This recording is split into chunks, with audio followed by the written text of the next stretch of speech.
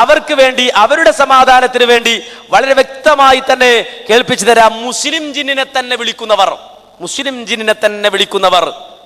സഹോദരന്മാരെ, ജിന്നിനെ വിളിക്കുന്നവരാരാന്ന് അങ്ങനെ ആർക്കെങ്കിലും സംശയം ഉണ്ടെങ്കിൽ കളിപ്പിച്ചു തരാന്നാ. ജിന്നിനെ വിളിക്കുന്നവരുണ്ടോ എന്ന സംശയം മുജാഹിദുകൾക്കിടയിൽ ഉണ്ടോ? ജിന്നിനെ വിളിക്കുന്ന ഒരാളും ഇല്ല എന്നാണോ നമ്മുടെ അവസ്ഥ? ജിന്നിനെ വിളിക്കുന്ന മുജാഹിദുകളുണ്ടോ എന്നാ നമ്മുടെ സംശയം അല്ലേ? കേരളം മുഴുക്ക ജിന്നിനെ വിളിക്കുന്നവരുണ്ട് എന്ന നുണപ്രചരണം നടന്നപ്പോ അങ്ങനെ വിളിക്കുന്നവരാരാ നമ്മുടെ സംശയം.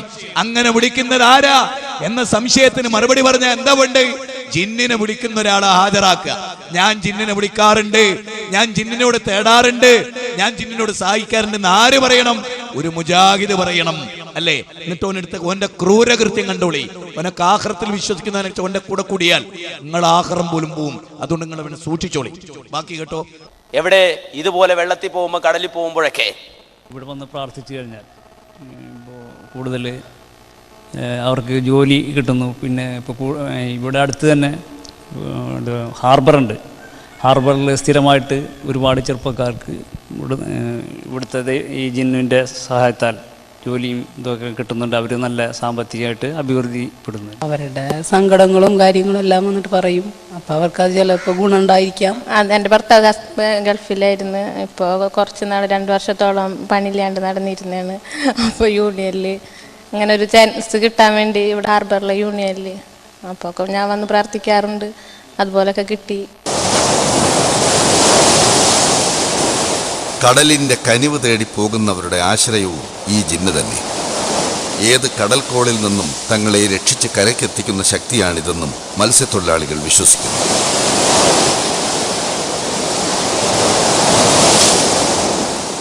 ഞാൻ ബോട്ടിൽ പോയിക്കൊണ്ടിരിക്കും, ഫിഷിംഗ് ബോട്ടിൽ പോണ ആളാണ്. അപ്പോൾ ഒരു മാസം മുന്നേ അഴിമുഖത്ത് ബോട്ട് വട്ടണം വീഴാന്ന് പറഞ്ഞ സംഭവമുണ്ട്. ബോട്ട് വട്ടണം വീഴാന്ന് വെച്ച് കഴിഞ്ഞാൽ വട്ടണം വീണ് കഴിഞ്ഞാൽ തടി കിട്ടാൻ വലിയ കഷ്ടമാണ്. അപ്പോൾ എല്ലാവരും ദൈവങ്ങളെ വിളിക്കുകയാണ്. അപ്പോൾ ഞാൻ നോക്കിയപ്പോൾ എനിക്ക് വിളിക്കാൻ പറ്റുന്ന ദൈവങ്ങളില്ല. അപ്പോൾ ഞാൻ ജിന്നേന്ന് വിളിച്ചു. അപ്പോൾ ഇപ്പം എല്ലാവരും ദൈവങ്ങളെ വിളിക്കുകയാണ്. അപ്പോൾ ഞാൻ നോക്കിയപ്പോൾ എനിക്ക് വിളിക്കാൻ പറ്റുന്ന ദൈവങ്ങളില്ല. അപ്പോൾ ഞാൻ ജിന്നേന്ന് വിളിച്ചു. അപ്പോൾ ജിന്നോ വന്നവൻ്റെ പേരാണോ നിൽക്കാറില്ല, പക്ഷെ ഞാൻ വിളിച്ച ജിന്നിനെയാണ്. ബോട്ട് നേരെയായി. കാറ്റും കോളിലൊക്കെ പെട്ടിട്ടുണ്ട്. പിന്നെ കടല് കൂടുതലുള്ള ടൈമിലൊക്കെ വളരെയധികം കഷ്ടപ്പെടാറൊക്കെ ഉണ്ട്, ബുദ്ധിമുട്ടൊക്കെ ഉണ്ട്. ജിന്നിനെ ഞങ്ങൾ വിളിക്കാറുണ്ട്, സഹായിക്കാറുണ്ട്. സഹോദരങ്ങളെ, ഈ മോഹനും ഈ ഗോപിയും നേരത്തെ കണ്ട 2 പെണ്ണുങ്ങളും KNMന്റെ ഏത് മണ്ഡലം പ്രസിഡന്റുമാരാ? ആ കണ്ട 2 ബ്ലൗസ് ഇട്ട ആ ഹിന്ദു സ്ത്രീകൾ KNMന്റെ ഇപ്പൊ TP നയിക്കുന്ന ഏത് MGMന്റെ യൂണിറ്റ് മെമ്പറാ? ഏത് യൂണിറ്റിന്റെ മെമ്പറാ? ഈ പിഴച്ച അള്ളാനെ പേടിയില്ലാത്ത ഈ വൃത്തികെട്ടവന്റെ കൂടെ നിങ്ങൾ മെമ്പർമാരായല്ലേ? നിങ്ങൾ ആലോചിക്കണം. മാത്രമല്ല, ചെങ്ങായി പറഞ്ഞു കേട്ടില്ലേ നിങ്ങള്? എനിക്ക് ഒരു ദൈവത്തെയും വിളിക്കാനില്ല, ഓൻ നിരീശ്വരവാദിയാ. എന്നിട്ട് ഓന് അവസാനം എന്ത് ചെയ്തേ? എവിടുന്നോ കേട്ട് കേൾവിന്റെ അടിസ്ഥാനത്തിൽ ഓൻ ജിന്നിനെ വിളിച്ച്. ജിന്നാണോ സാധിച്ചു അതുപോലെ ഓൻ അറിയില്ല. ആ ആളെ തെളിവിട്ടിട്ട ചരിത്ര പ്രസിദ്ധമായ തൗഹീദി പ്രസ്ഥാനത്തിന് നേരെ ഈ പരലോക ബോധമില്ലാത്തവൻ, ഈ ആഖിറ ബോധമില്ലാത്തവൻ, മുസ്ലിമിന്റെ കോമൺ സെൻസ് ഇല്ലാത്തവൻ ഇവൻ പറയണേ. ബാക്കി കേട്ടോ. ഈ ഗോപിച്ചേട്ടൻ കടലിൽ പോകുമ്പോ ജിന്നിനെയാ വിളിക്കുന്നത്. ഈ ഗോപിച്ചേട്ടൻ വിളിക്കുന്നത് കാഫിർ ജിന്നിനെ അല്ല, മുസ്ലിം ജിന്നിനെയാണ്. കടലിൽ പോകുമ്പോ ഇവരുടെ വിശ്വാസം എന്താണെന്നറിയോ? ജിന്നിനൊരു പോക്കിരി കൂട്ടമുണ്ട്. ആ പോക്കിരി കൂട്ടത്തെ ഇങ്ങനെ വിടുമെന്നാണ് ഈ മുസ്ലിം ജിന്നെ. അതിന് ഇവരുടെ വല നിറയെ മീൻ കൊടുക്കും. ആര്? ഈ ജിന്ന്. അപ്പൊ വള്ളം വട്ടം വീണാല് എല്ലാരും ദൈവത്തെ വിളിക്കണം. അപ്പൊ മറ്റേ ആളിങ്ങനെ ആലോചിക്കും, പടച്ചോരെ ഞാനാരെ വിളിക്കും? അപ്പൊ അയാളുടെ മനസ്സിൽ തോന്നിയ ജിന്നിനെ വിളിക്കാം. അയാൾ ജിന്നിനെ വിളിച്ചു എന്നാ. കാഫിർ ജിന്നല്ല, മുസ്ലിം ജിന്നിനെയാ വിളിച്ചത്. സഹോദരങ്ങളെ, ഒന്ന് ആലോചിച്ച് നോക്കി. ഇവനെ ഈ ക്ലിപ്പിംഗ് ഇട്ടിട്ട് അത് കേട്ട് ചിരിക്കുന്നവന്റെ കൂട്ടത്തിലൊരു കൗമുണ്ടല്ലോ. നിങ്ങളെ നിലവാരം ഓർത്തിട്ട് എനിക്ക് ഓർക്ക് വരാറില്ല. കാരണം അനസിനോടുള്ള ചോദ്യം എന്താ? ജിന്നിനെ വിളിച്ച് പ്രാർത്ഥിക്കുന്ന മുജാഹിദുകളുണ്ടോ? ലോകത്ത് സൂറത്ത് ജിന്ന് വായിച്ചാ പോരടോ? സൂറത്ത് ജിന്ന് എന്തിനാ? ജിന്നിനാരാ? ലോകത്ത് കിടക്കുന്ന ബിംബാരാധന മുഴുവനും ഇന്നാരാധനയാ. നിനക്ക് ദീനറിയോ? ഇവിടെ നടക്കുന്ന ബൗദ്ധൈവത്വത്തിലെ 90% ജിന്നിനെ ആരാധിക്കണേ. ആ ജിന്നിനെ ആരാധിക്കുന്നവരോടല്ല എന്ന് ഞങ്ങൾ പറഞ്ഞിട്ടുണ്ടോ? അപ്പൊ നിങ്ങൾ ആലോചിച്ചോ, സക്കരിയ സ്വലാഹിയോ ഹുസൈൻ സലഫിയോ ഞാനോ മദ്യപിച്ചിട്ടുണ്ട് എന്നൊരാള് പറഞ്ഞാൽ എവിടെ തെളിവ്? നമുക്ക് പരിശോധിക്കാറിഞ്ഞിട്ട് ഇപ്പം കൊണ്ടുവരുന്നത് ഏതെങ്കിലും പൊന്നാനി കള്ളുടിച്ച് മറിഞ്ഞു വീണെടുക്കുന്ന ഒരുത്തനാണെങ്കിലോ എങ്ങനെ ഉണ്ടാവും? നിങ്ങൾ എന്നെ ചിന്തിച്ചു നോക്ക്. ഇതെന്താ ഈ കാണിച്ചത്? ഹിന്ദുക്കളായ ആളുകൾ ചെയ്യുന്ന പ്രവൃത്തി ഇവിടുത്തെ മുജാഹിദുകൾ ചെയ്യുന്നതിന് തെളിവ് ധരിക്കേ. എന്നിട്ട് ഓനെ ഈ കൂട്ടത്തിൽ നടക്കണ്ടല്ലോ. അതിന്റെ അർത്ഥം എന്താണെന്നറിയോ? ഞാൻ പറഞ്ഞു തരങ്ങൾക്ക്. TP നയിക്കുന്ന ആ ടീമിൽ അലൈസ മിൻകും റജുലുർ റഷീദ് എന്ന ഖുർആന്റെ ചോദ്യം ഉണ്ടല്ലോ. നിങ്ങളെ കൂട്ടത്തിൽ വിവേകമുള്ള ഒരെണ്ണത്തിന് എടുക്കാൻ കഴിയില്ല. ഒരെണ്ണത്തിന് വിവേകമുള്ള ഒന്നിനെ പെറുക്കിയെടുക്കാൻ കഴിയില്ല.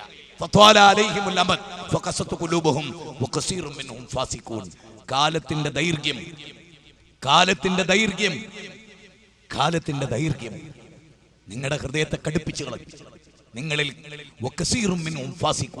നിങ്ങളിൽ തെമ്മാടികൾ ഉണ്ടായി അല്ലേ? ഐക്യപ്പെടണം, ഒന്നാകണം. ഒരു ദുർബല ഹദീസിന്റെ പേരിൽ നമ്മൾ തമ്മിൽ തല്ലരുത്, ശത്രുക്കൾക്ക് ആയുധം കൊടുക്കരുത് എന്ന് ഹുസൈൻ സൽഫി മാന്യമായി സമ്മേളനത്തിൽ പ്രസംഗിച്ചു. ഒരു കാര്യം കൂടെ പറഞ്ഞുകൊണ്ട് ഞാൻ അവസാനിപ്പിക്കുകയാണ്. KJU-വിന്റെയും KNM-ന്റെയും ISM-ന്റെയും MSM-ന്റെയും MGM-ന്റെയും അമരത്തിരിക്ക് നേതൃത്വം നൽകുന്ന സമാദരണീയരായ എന്റെ പൊന്നു നേതാക്കളോട്, അതെ മുജാഹിദ് സമ്മേളനമാണ്, വീട്ടിലിരിക്കാനാവില്ല എന്ന മനസ്സോടുകൂടി അഷ്ടദിക്കുകളിൽ നിന്ന് ഈ സലഫി നഗരിലേക്ക് പരന്നൊഴുകിയ എന്റെ പൊന്നു മുജാഹിദ് പ്രവർത്തകരോട് വളരെ സ്നേഹത്തോടെ പറയാനുള്ളത്, മുജാഹിദുകൾ കൂട്ടത്തോടെ ശിർക്കിലേക്ക് പോയിരിക്കുന്നു എന്ന കുബൂരികളുടെ ആരോപണത്തിന് നമുക്കൊന്നായി മറുപടി കൊടുക്കാൻ സാധിക്കണം. ആ വിഷയത്തിൽ നമ്മുടെ ശബ്ദം ഭിന്നിച്ചു പോകരുത്. ഒരു മുജാഹിദും ശിർക്കിലേക്ക് പോയിട്ടില്ല എന്ന് പറയാൻ നമുക്ക് സാധിക്കണം. അതിന്റെ മുമ്പിൽ നമുക്ക് തടസ്സമായി നിൽക്കുന്ന ചില വിഷയങ്ങൾ ഇന്നുണ്ട്. യാ ഇബാദല്ലാഹ് എന്ന് തുടങ്ങുന്ന ഒരു ദുർബലമായ ഹദീസിന്റെ പ്രശ്നത്തിൽ അല്ലാഹു അല്ലാത്തവരെ വിളിച്ചു പ്രാർത്ഥിക്കാൻ കുബൂരികൾ അത് തെളിവായി കൊണ്ടുവന്നപ്പോൾ മുസ്ലിം ലോകം മുഴുവനും ഇന്നേ വരെ അതിന് നൽകിയ ഒരു മറുപടിയുണ്ട്. ആ മറുപടിയിൽ നാം ഒതുങ്ങി നിൽക്കുക, അതിനും അപ്പുറമുള്ള വ്യാഖ്യാന ചർച്ചകളിൽ നിന്ന് നാം വിട്ടു നിൽക്കുക. ഇനി അതല്ല സഹോദരങ്ങളെ, ആ മറുപടിയിൽ അപകടമുണ്ടെന്നാണോ നമുക്ക് പറയാനുള്ളത്? എങ്കിൽ അത് മുഖവിലക്കെടുത്തുകൊണ്ട് നാം ഇനിയും ചർച്ചകൾ അവസാനിപ്പിക്കരുത്. കൂട്ടമായി ചർച്ച ചെയ്യണം, ഇനിയും പഠനങ്ങൾ നടക്കണം. സാധാരണ ജനങ്ങൾക്കിടയിലേക്കല്ല, പണ്ഡിത ലോകത്ത് ചർച്ച നടക്കട്ടെ. നമ്മെ അംഗീകരിക്കുന്ന വിദേശ രാജ്യങ്ങളിലുള്ള ഒട്ടേറെ പണ്ഡിത സഭകൾ നമ്മുടെ ഇന്നത്തെ ഈ പ്രശ്നങ്ങളിൽ ആശങ്കാകുലരാണ്. അവർ നമ്മോട് ഈ വിഷയം തീർക്കണമെന്ന് ആവശ്യപ്പെട്ടുകൊണ്ടിരിക്കുകയാണ്. അവരുടെ മുമ്പിൽ പോയിട്ടും നമുക്ക് ചർച്ച ചെയ്യാം. എന്തിനു വേണ്ടി?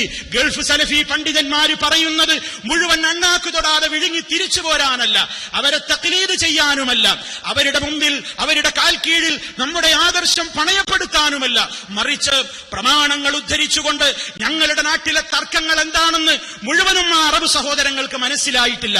അതുകൊണ്ടാണ് അവരിൽ നിന്ന് വരുന്ന ഫത്വകൾ പലപ്പോഴും വിഭിന്നങ്ങളായി മാറുന്നത്. നമുക്കിടയിലുള്ള പ്രശ്നങ്ങൾ എന്താണെങ്കിൽ കൂട്ടമായി നാം അവരെ അറിയിക്കണം. പ്രമാണങ്ങൾ ഉദ്ധരിച്ചുകൊണ്ട് നമുക്കിടയിലുള്ള തർക്കത്തിന്റെ മർമ്മം അവരെ കൃത്യമായി ബോധ്യപ്പെടുത്തണം. അവർക്ക് പറയാനുള്ളത് പ്രമാണങ്ങളുടെ വെളിച്ചത്തിൽ അവരും പറയട്ടെ. എന്നിട്ട് ഒരു തീരുമാനത്തിൽ നമുക്ക് എത്തിക്കൂടെ പ്രിയമുള്ളവരെ? എത്താൻ നമുക്ക് സാധിക്കുമെന്നാണ് ഈ ഉള്ളവൻ പ്രതീക്ഷിക്കുന്നത്.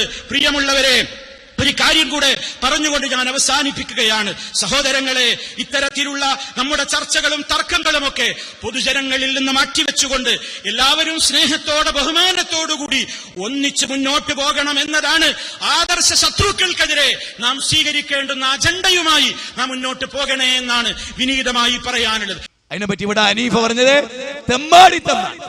പിന്നെ എന്തായിരുന്നു ഹുസൈൻ സൽഫി പറയേണ്ടത്? ബാപ്പാന്റെ പണ്ടത്ത് കത്തി കയറ്റണം, ഭാര്യന്റെ കഴുത്ത് വെട്ടി കൊല്ലണം, മുജാഹിദുകൾ തമ്മിൽ തല്ലി മരിക്കണം, ഐക്യപ്പെടരുത്, ശത്രുക്കൾക്ക് ആയുധം കൊടുക്കണം എന്ന് പറഞ്ഞാൽ അത് മാന്യതാണെന്ന് ഹനീഫ് ഇവിടെ പ്രസംഗിച്ച് നിങ്ങൾ മനസ്സിലാക്കണം സഹോദരങ്ങളെ. അതുകൊണ്ട് ഇവരങ്ങൾ തിരിച്ചറിയണം. ഇവർക്കെതിരെ ആത്മാർത്ഥമായി സക്കരിയ സുലായി പറയുന്ന ഒരു ഭാഗം നിങ്ങൾ കേൾക്ക്. അല്ലാതെ നമുക്ക് വേറെ നിർവാഹമില്ല. സക്കരിയ സുലായിയുടെ ഒക്കെ പേരിൽ ഇവർ പറയുന്ന തോന്നിയാസത്തിനെ ആ നിലക്ക് പ്രാർത്ഥിക്കല്ലാതെ വേറൊരു വകുപ്പില്ല. ആ പ്രാർത്ഥനയും അദ്ദേഹത്തിന്റെ പരാമർശങ്ങളും നിങ്ങളൊന്ന് കേട്ടോളൂ.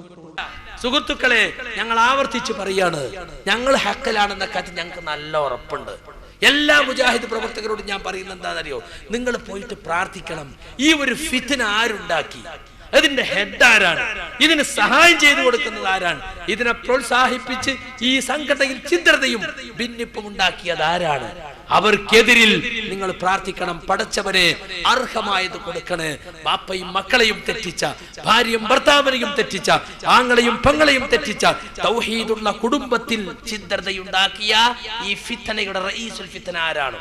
അവന് അർഹമായത് ദുനിയാവെന്ന് കൊടുക്കണേ, ഞങ്ങൾക്ക് മുമ്പിൽ കാണിച്ചു തരണേ എന്ന് പ്രാർത്ഥിച്ചോളി. നിങ്ങൾ സക്കരിയാണെങ്കിൽ സക്കരിയാക്ക് തട്ടിക്കോട്ടെ, ഹുസൈൻ സലഫിയാണ് ഹുസൈൻ സലഫിക്ക് തട്ടിക്കോട്ടെ.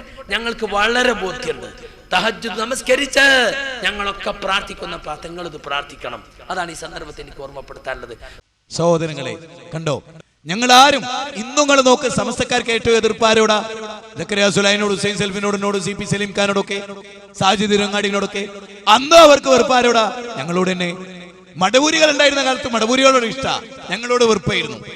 ഇന്നെന്താ? അന്ന് രണ്ടു കൂട്ടരോട് ഇഷ്ട സമസ്തക്കാർക്ക്, ഞങ്ങളോട് വെറുപ്പാ എന്ന് പറഞ്ഞാൽ അതിന്റെ അർത്ഥം എന്താ അറിയോ? ആദർശം നമ്മളോടൊപ്പാണ്. ഞാൻ നിങ്ങളുടെ മുമ്പാകെ കൃത്യമായി വിഷയത്തെ ഞാൻ അവതരിപ്പിച്ചു. ഇനിയും ചിന്തിക്കുക. ഹനീഫ് കായക്കുടിയൊക്കെ ബാത്തില്ല, തിന്മയിലാണ്. സത്യം നിങ്ങൾ അറിയുക, അവരൊക്കെ തിന്മയോടൊപ്പമാണ് ചേർന്നത്, ദുനിയാവ് നോക്കിയാണ് നിന്നത് എന്ന് നിങ്ങൾ മനസ്സിലാക്കുക. ഇതിലൊരാളും അല്ലല്ലാത്തവരോട് പ്രാർത്ഥിക്കുന്നവരില്ല. എന്റെ വാക്കിന്റെ മൂർച്ചകൾ അല്പം കൂടിയത് ഇവർ കാണിക്കുന്ന മഹാ തോന്നിയാസത്തിന് ഇതല്ലാതെ പറയാൻ കഴിയില്ല. അതുകൊണ്ട് സഹോദരങ്ങളെ, ഹക്കും ബാത്തിലും വേർതിരിച്ച് നിങ്ങൾ മനസ്സിലാക്കണം. നന്ദിയിൽ തെറ്റിദ്ധരിച്ചവരോട് പരലോകത്തെ ഓർത്തിട്ട് നിങ്ങൾ ഇതൊക്കെ ചിന്തിക്കണം. 5 കൊല്ലം ഷിർക്കാണ് എന്റെ കൗമ പറയുന്നതെന്ന് അറിഞ്ഞിട്ട് മൗനം ദീക്ഷിച്ച ഒരു നേതാവിനെ റഈസാക്കി. ആ റഈസിനെ നിങ്ങൾ അംഗീകരിക്കുന്നുവെങ്കിൽ നിങ്ങൾ ഓർക്കുക, ഇസ്ലാമിന്റെ മാതൃകയില്ല ഇതിന്. പഠിക്കുക, മനസ്സിലാക്കുക. സമസ്തക്കാരോട് എനിക്ക് പറയാനുള്ളത്, ഇവിടുത്തെ നന്ദി ദാറുസ്സലാമിന്റെ അതിൽ പഠിക്കുന്ന കുട്ടികളൊക്കെ ഇവിടെ വന്നു പോകുന്നുണ്ട്. നിങ്ങളോടും മക്കളെ, ശിർക്കിലകപ്പെടാതെ നിങ്ങൾ നോക്കണം. തൗഹീദിലായി കൊണ്ട് മരിക്കാൻ ശ്രമിക്കണം. അമ്പിയാക്കളോടും മൗലിയാക്കളോടും പ്രാർത്ഥിക്കാൻ നമുക്ക് വകുപ്പില്ല. അവരെ നമ്മളെ സഹായിക്കുമെന്ന് മനസ്സിലാക്കി അവരോട് തേടുന്നതിന് ഇസ്ലാമിൽ യാതൊരു പ്രമാണവുമില്ല.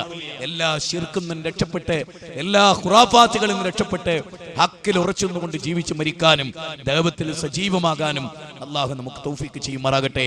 എല്ലാവിധ ചിന്മകളിൽ നിന്നും അള്ളാഹു നമ്മെ കാത്തുരക്ഷിക്കുമാറാകട്ടെ.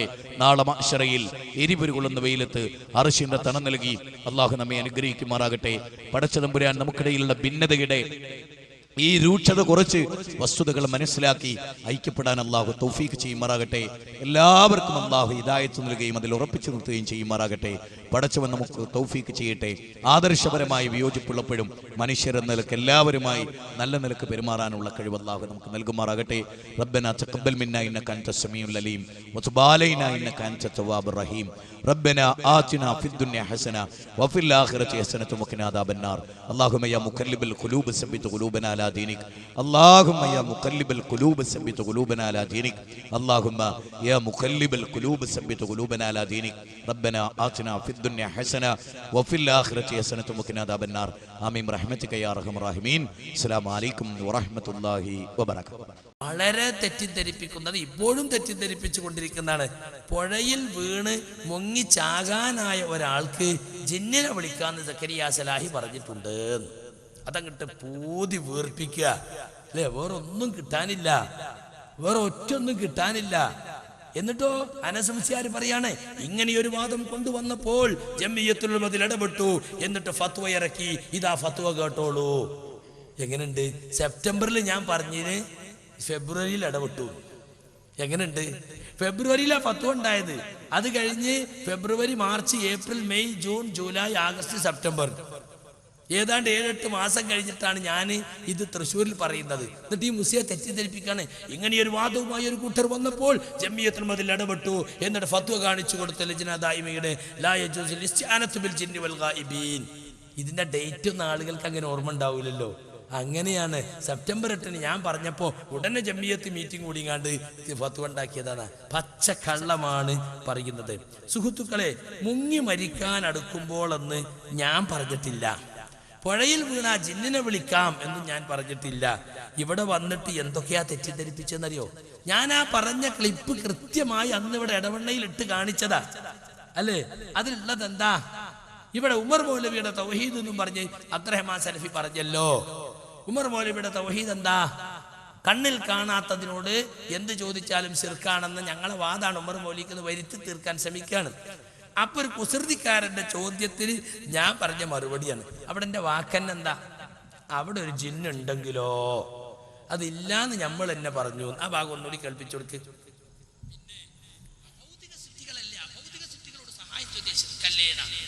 നമ്മൾ പണ്ടേ പറഞ്ഞിട്ടുള്ളത് ഈ അഭൗതികം, അദൃശ്യം, കാര്യകാരണ ബന്ധത്തിന് അതീതം, ഇതൊക്കെ ഒരേ അർത്ഥത്തിലാണ്. അതൊന്നും കണ്ണ് കാണാത്തതെന്നുള്ള അർത്ഥത്തിലല്ല. ഇപ്പോ ഇവിടെ ഉദാഹരണം പറഞ്ഞു, ഉമർ മൗലവിയുടെ തൗഹീദാണ് ഞങ്ങൾ സ്വീകരിച്ചിരിക്കുന്നത്. എന്താണ്? പുഴയിൽ വീഴുന്ന സന്ദർഭത്തിൽ കരക്കുള്ള ജോസഫേ എന്ന് വിളിച്ചാൽ അത് ശിർക്കല്ല. കാരണം ജോസഫ് വരുന്നതും നീന്തി വന്ന് രക്ഷപ്പെടുന്നതും നമ്മൾ കാണുന്ന മാർഗത്തിലാണ്. മൊയ്തീൻ ശൈഖേ എന്ന് വിളിച്ചാൽ ശിർക്കാണ്, കാരണം അത് കാണാത്ത മാർഗത്തിലാണ്.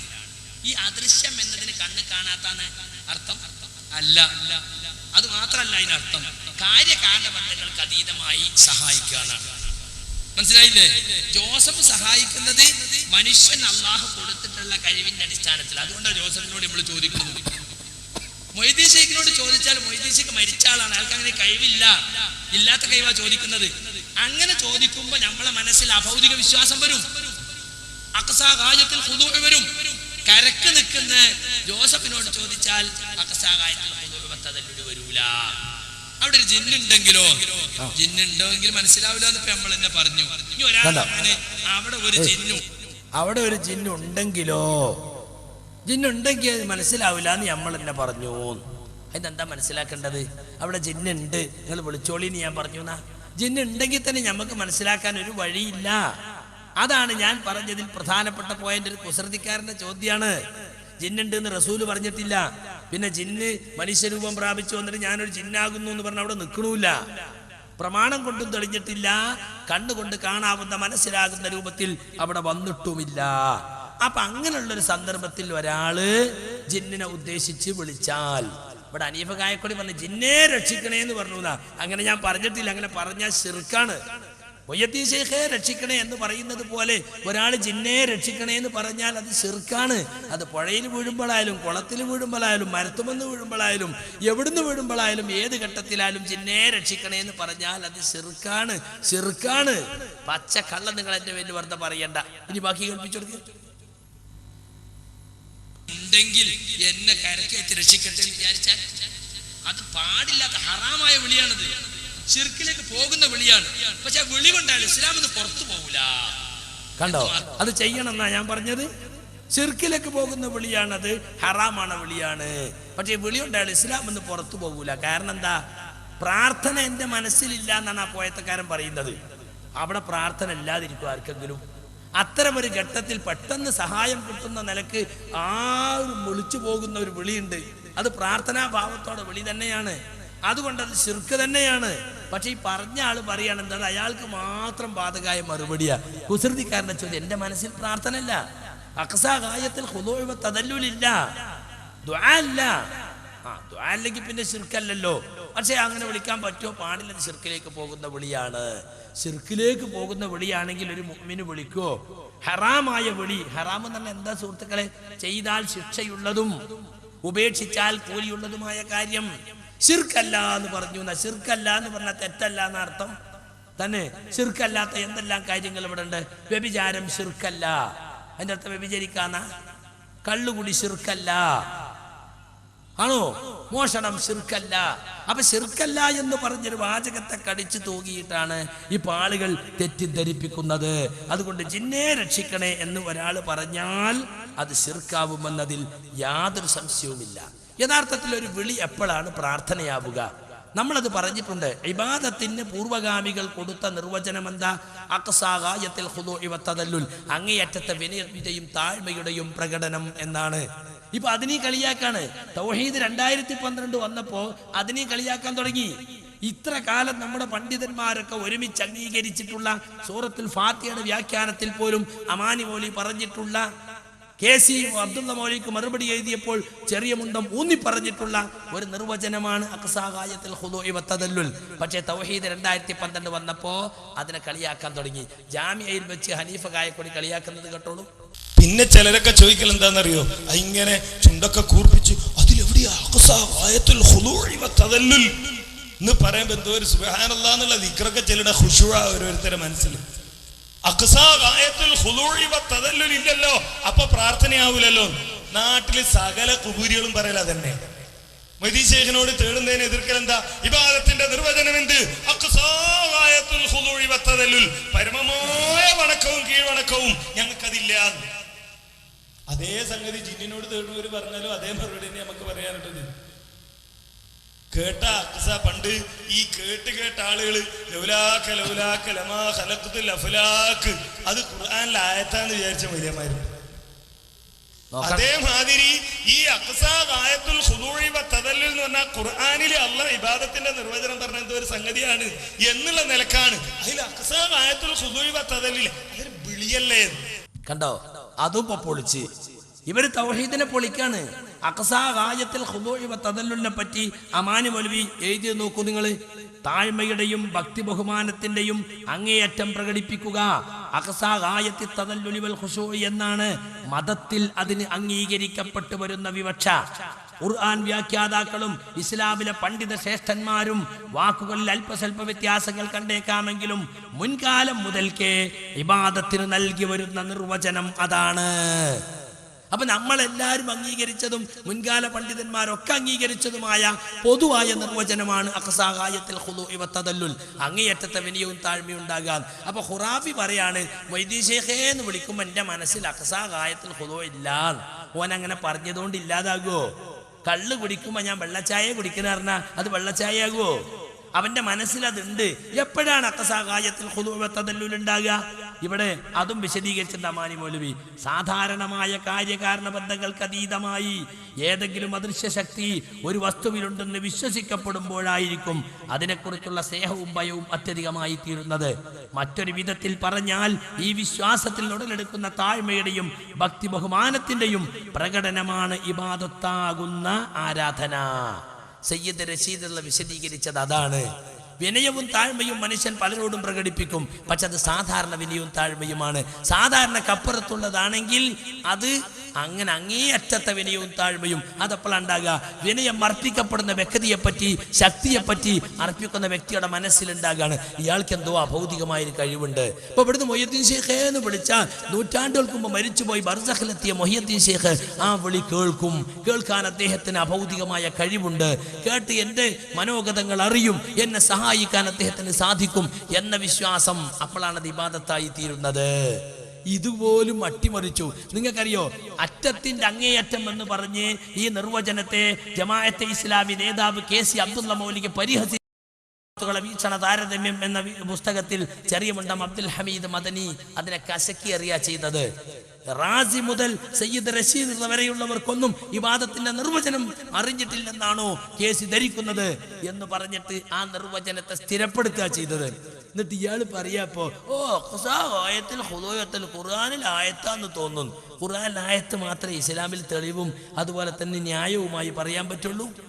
ഇബാദത്തിന് വന്ന നിർവചനത്തിന് എന്താ കുഴപ്പം? അത് ഖുറാഫി കോട്ടി മാറ്റുന്നുണ്ട് എന്നുള്ളതുകൊണ്ട് നമുക്ക് നിർവചനം മാറ്റാൻ പറ്റുമോ? നമ്മൾ ഒരിക്കലും തൗഹീദിന്റെ ഒരു പുതിയ നിർവചനം കൊണ്ടുവന്നിട്ടില്ല. പൂർവഗാമികൾ എഴുതിയ അഖ്സാ ഗായത്തുൽ ഖുദൂഇ വതദല്ലുൽ ഞങ്ങൾ അംഗീകരിക്കുകയും അത് വിശദീകരിക്കുകയും ഞങ്ങൾ ചെയ്തിട്ടുള്ളൂ. തൗഹീദിന്റെ ഒരു പുതിയ നിർവചനവും ഞങ്ങൾ കൊണ്ടുവന്നിട്ടില്ല എന്നാണ് ഇത്ര കാലം നമ്മൾ പറഞ്ഞത്. മുജാഹിദുകൾ തൗഹീദിന് കൊണ്ടുവന്ന പുതിയ നിർവചനമാണ് ഇവിടുത്തെ പ്രശ്നമെന്ന് അമ്പലക്കടവ് ഫൈസി എഴുതി, പലരും എഴുതി. നമ്മൾ ആരും പുതിയത് കൊണ്ടുവന്നിട്ടില്ല. സയ്യിദ് റഷീദുള്ളയും കൊണ്ടുവന്നിട്ടില്ല. അഖ്സാ ഗായത്തുൽ ഖുദൂഇ വതദല്ലുലിനെ ഭംഗിയായി വിശദീകരിക്കുക മാത്രമാണ് റഷീദുള്ള ചെയ്തിട്ടുള്ളത്. എപ്പോഴാണ് സദല്ലുലും ഖുശൂഉം അഖ്സയാവുക എന്ന് അദ്ദേഹം വിശദീകരിച്ചു. അതാണ് അഭൗതിക വിശ്വാസം എന്ന് പറയുന്നത്. അതിനെപ്പോലും 2012 തൗഹീദുകാരിപ്പോൾ അട്ടിമറിച്ചിരിക്കുകയാണ്. എന്നിട്ട് മൂപ്പര് പറയുന്നത് കേട്ടോളൂ, ജിന്നെ രക്ഷിക്കണേ എന്ന് ഞാൻ പറഞ്ഞു എന്നാ കേട്ടോളൂ. അതുപോലെയാണോ കേട്ടം? ഇവിടെ ദുആ നടന്നു, ഇവിടെ പ്രാർത്ഥന നടന്നു. സക്കറിയ സലാഹിയുടെ കണ്ടുപിടുത്തം അതിൽ അഖ്സാ ഗായത്തുൽ ഖുദൂഇ വതദല്ലുലില്ല. മുങ്ങി വെള്ളത്തിൽ നശിക്കാൻ പോകുന്ന മനുഷ്യൻ ജിന്നെ രക്ഷിക്കണേ എന്ന് പറയുമ്പോ അതിൽ പരമമായ താഴ്മയും വണക്കവും ഇല്ല. അത് ഞാൻ പറഞ്ഞോ? മുങ്ങി മരിക്കാൻ പോകുന്ന നേരത്ത് ഒരാള് ജിന്നെ രക്ഷിക്കണേ എന്ന് പറഞ്ഞാൽ അതിൽ പരമമായ വണക്കവും താഴ്മയും ഇല്ലാന്ന് സക്കരിയ സലാഹി പറഞ്ഞു. പച്ച കള്ളമല്ലേ പറഞ്ഞിട്ടുള്ളത്? ഞാൻ പറഞ്ഞിട്ടുണ്ടോ അങ്ങനെ? മുങ്ങി മരിക്കാൻ പോകുന്ന സമയത്ത് എന്നുള്ള വാക്കില്ല. ജിന്നെ രക്ഷിക്കണേ എന്നുള്ള വാക്കില്ല, അതൊക്കെ ഉണ്ടാക്കുകയാണ്. ഞാൻ പറഞ്ഞെന്താ, പരമമായ വണക്കവും താഴ്മയും ഉണ്ടോ, അത് ഇബാദത്താണ്. കുസൃതി ചോദ്യക്കാരൻ പറഞ്ഞു എന്റെ മനസ്സിൽ അതില്ല, എനിക്ക് ദുആ ഇല്ല, അപ്പോഴാ ശിർക്കാവൂല എന്ന് പറയുന്നത്. അപ്പൊ സുഹൃത്തുക്കളെ, ഇല്ലാത്തത് പറയാണ്. ജിന്നെ രക്ഷിക്കണേ എന്ന് പറഞ്ഞാൽ അത് അഖ്സാ ഗായത്തുൽ ഖുദൂഉ വ തദല്ലുലോട് കൂടി തന്നെയാണ് അത്തരം ഘട്ടങ്ങളിൽ ഉണ്ടാവുക. അത് ദുആയാണ്, അത് ശിർക്കാണ്. ഞാൻ പറയാത്തത് എൻ്റെ പേരിൽ പറയാണ്. ജിന്നെ രക്ഷിക്കണേ എന്ന് നിർണയിച്ച് ഞാൻ പറഞ്ഞിട്ടില്ല. അതുകൊണ്ട് സുഹൃത്തുക്കളെ, ഇനിയും ഈ ശിർക്കാരോപണവുമായി നടക്കുന്നവരോട് എനിക്ക് പറയാനുള്ളത്, ഒരുപാട് സ്റ്റേജുകളിൽ ഞാനിത് വിശദീകരിച്ചു. ഇനിയും നിങ്ങളതുമായി നടക്കുകയാണെങ്കിൽ ഞാനത് അള്ളാഹുവിലേക്ക് വിടുന്നു എന്ന് മാത്രമേ എനിക്ക് അതിനെ സംബന്ധിച്ച് പറയാനുള്ളൂ.